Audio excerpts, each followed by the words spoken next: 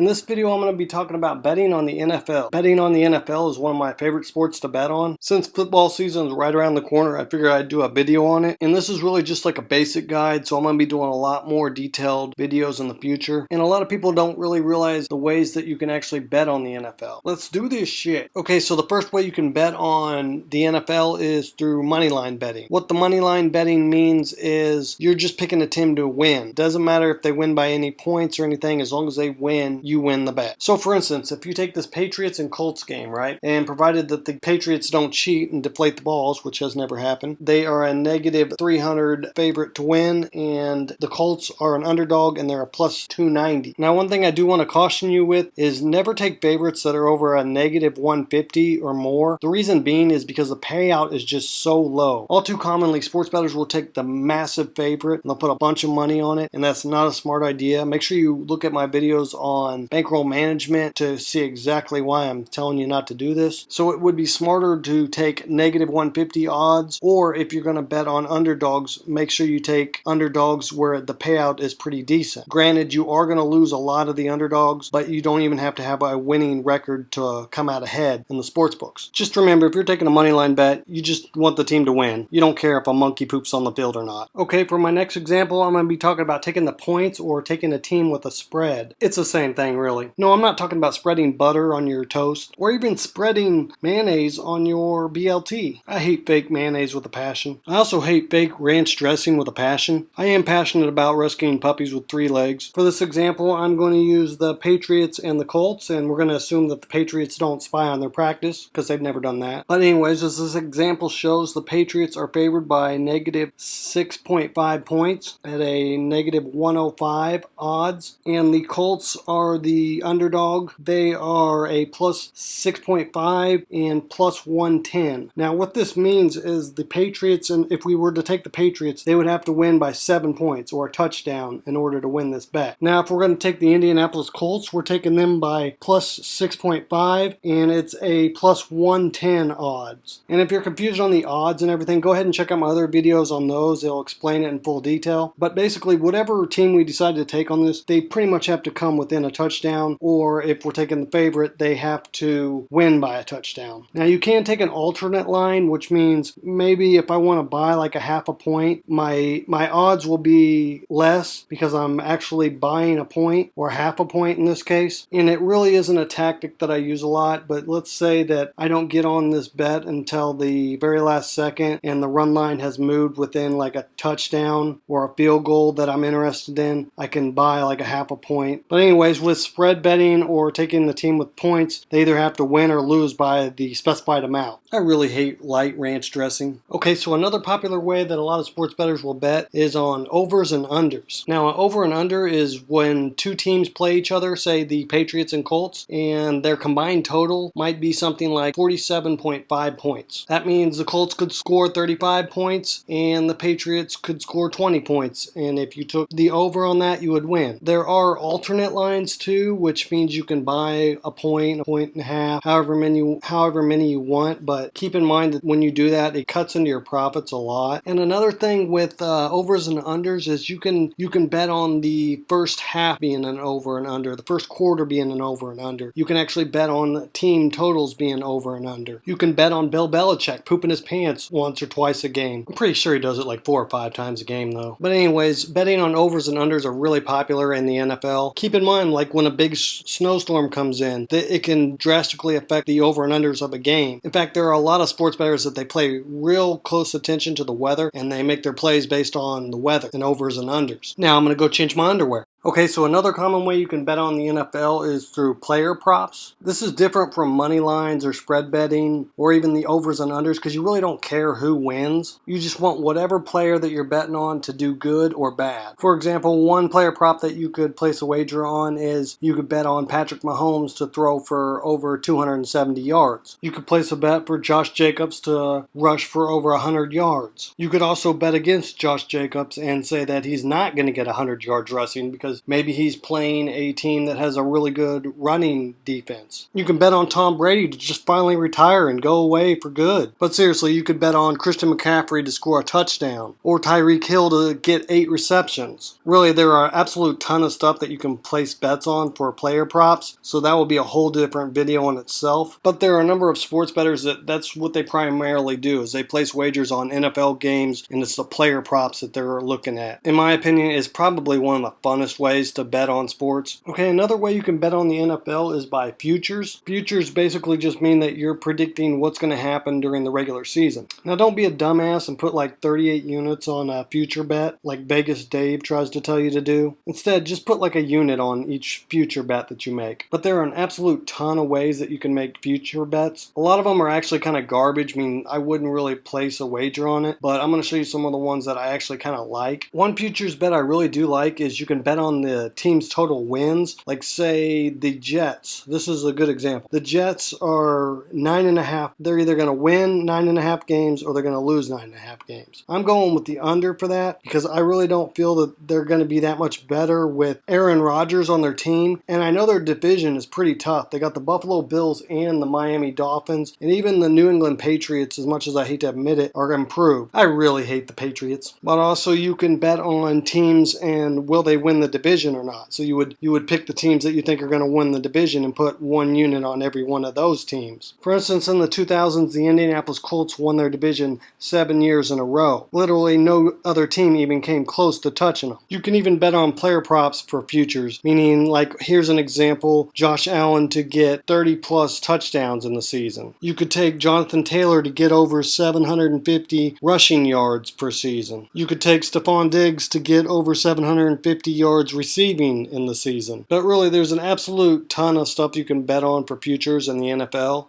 Okay, so hopefully this video has helped you if you're new to betting on the NFL. Make sure you go ahead and like this video and leave a comment. Let me know why Bill Belichick is so mad on the sideline all the time. Doesn't look like the face of a winner. Or let me know what strategies you're using. Anything that you think I might have missed in this video. Let me know how you like betting on the NFL. Make sure you subscribe to my channel if you want more sports betting advice. As always, there's a crap load of links in the description. And I'm out. I gotta go fly a kite.